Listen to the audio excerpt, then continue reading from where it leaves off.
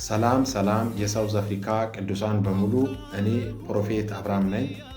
ባለፈው ሳውዝ አፍሪካ መግባቴን በነገርኩ መሰረት በሳውዝ አፍሪካ በኡምታታ ከተማ በወንጌል አማኞች ቤተክርስቲያን መንፈሳዊ ኮንፈረንስ ተዘጋጅቷል።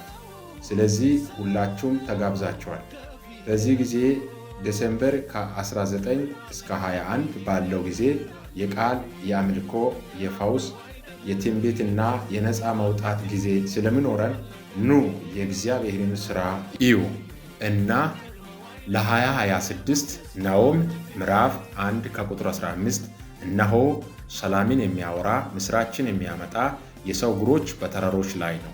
ይሁዳ ሆይ አጥፊ ፈጽሞ ጠፍቷልና ከእንግዲህ በአንተ ዘንድ አልፍም።